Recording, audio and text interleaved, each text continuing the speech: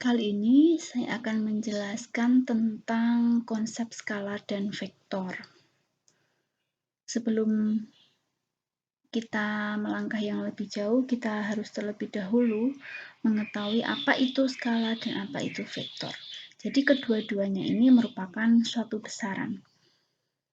Di dalam pelajaran fisika juga sudah disampaikan bahwa pengertian dari skalar dan vektor. Nah, skalar itu apa dan vektor itu apa?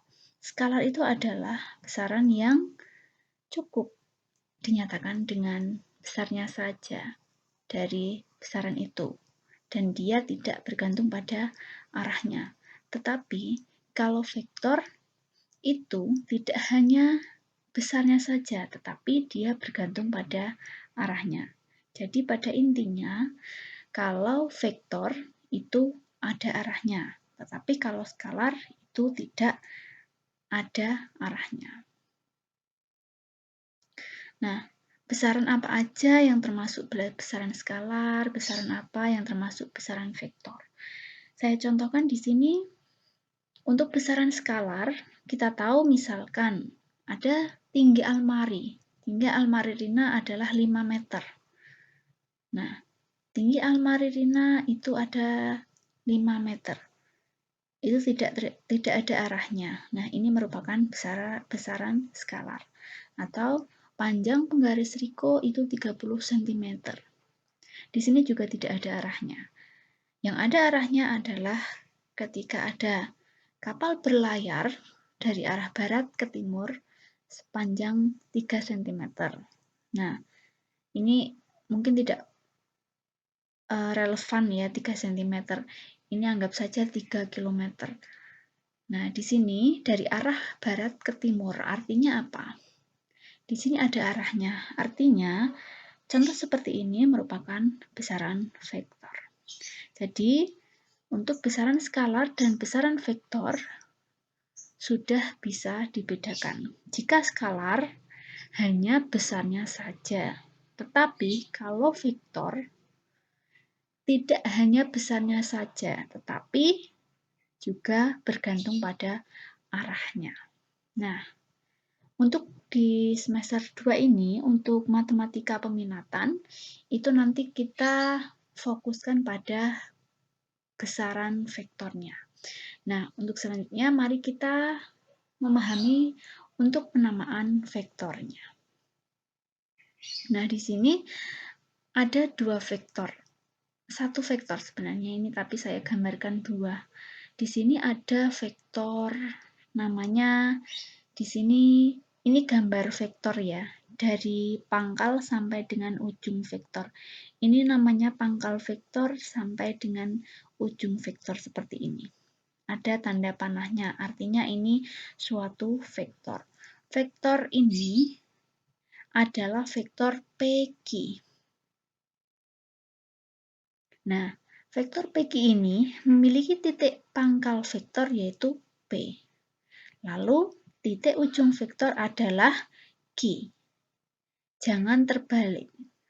Kalau vektor QP, itu titik pangkalnya adalah Q. Dan titik ujung vektornya adalah P. Tapi kalau PQ itu adalah titik pangkalnya P, kemudian titik ujungnya adalah Q. Jadi vektor ini namanya vektor PQ.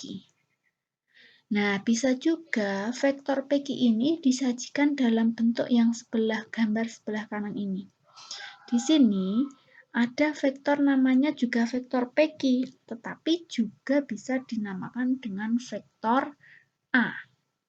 A-nya bisa ditulis vektor A seperti ini, lalu ada tanda panahnya di atas. Seperti ini ya.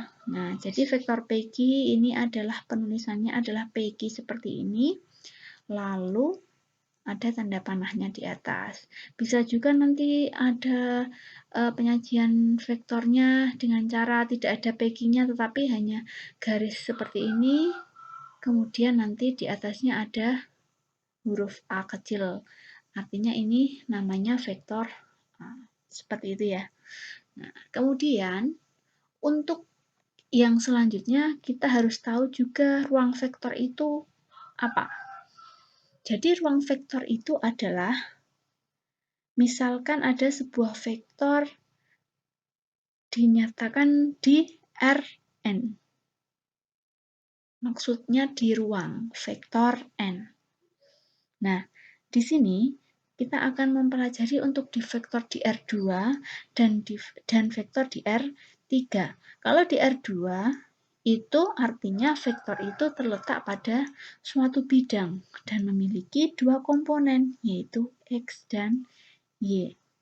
Kemudian, kalau vektor di R3 itu terletak pada ruang dimensi 3 atau suatu ruang dan memiliki 3 komponen, yaitu komponen X, Y, dan Z. Seperti itu ya. Nah, perhatikan di sini. Ini suatu vektor yang ada di R2. Ini saya contohnya adalah di vektor R2. R3-nya belum. Nanti untuk R3-nya ada pembahasan tersendiri. Di sini ada vektor di R2. Perhatikan ada vektor di R2. Di sini kita tahu bahwa vektor AB adalah ini. Pangkalnya A, ujungnya B. Itu adalah 3, artinya apa? 3 itu artinya ini, 1, 2, 3. Kemudian, ini kan ke kanan, artinya dia plus 3. Kemudian ke kiri, dia kan dari pangkal ini. 1, 2, 3. Mau menuju ke ujung. Ke ujung berapa? Ke atas. 1, 2, 3. Artinya apa? Dia bisa dituliskan vektor AB itu adalah 3, atau 3,3 seperti itu. Itu untuk vektor AB. Untuk vektor CD, nah di sini CD, titik pangkalnya adalah C, titik ujungnya adalah D. Nah, kita berjalan dari pangkal ke ujung. Pangkal ke kanan. 1, 2, 3, 4. Oh, 4. Kemudian ke atas, karena kita mau menuju ujung, jadinya 1, 2, 3, 4. Artinya, vektor CD itu adalah 4 atau 4,4. Itu CD. Kalau EF sama saja. Karena EF itu titik pangkalnya E-nya di sini, kemudian F-nya di sini. Artinya apa? Kita harus berjalan kemana? Ke kiri. Ke kiri berapa? 1, 2, 3, 4. Dia di sumbu X ya, jadi penulisnya ke sumbu, kita jalannya ke sumbu X dulu, jangan ke sumbu Y. Tidak boleh ke bawah dulu, tidak. Karena apa? Kalau ke bawah itu nanti jalannya kan sumbu Y. Kita harus jalan ke sumbu X-nya terlebih dahulu. Di sumbu X-nya terlebih dahulu. Jadi 1, 2, 3, 4. 4 ke kiri artinya apa? Min 4, karena kiri itu min. Kemudian karena kita mau menuju ujung ke F, artinya 1, 2, 3, 4. Nah, sehingga min 4, karena ke bawah jadinya min 4. Itu untuk EF-nya. Kemudian kalau untuk GH gimana? Kalau GH titik pangkalnya, karena titik pangkalnya G, kemudian titik ujungnya H, itu kita jalannya di sumbu X terlebih dahulu. Oke, sumbu X ke kanan artinya plus. 1, 2, 3, 4. Plus 4. Kemudian kita harus jalan ke sumbu Y. Tidak perlu, karena di sini ternyata kita tidak perlu jalan di sumbu Y. Sehingga sumbu Y-nya adalah 0. Jadi 4, 0. Lalu sama seperti dengan IJ, kita tidak berjalan di sumbu X sehingga X-nya 0, lalu kita hanya berjalan di sumbu Y. Y-nya aja ternyata bernilai negatif. Kenapa? Karena kita berjalan ke bawah. Seperti itu. Berapa? 5 min 5. Nah, seperti itu ya. Kemudian selanjutnya saya akan memperjelas untuk vektornya.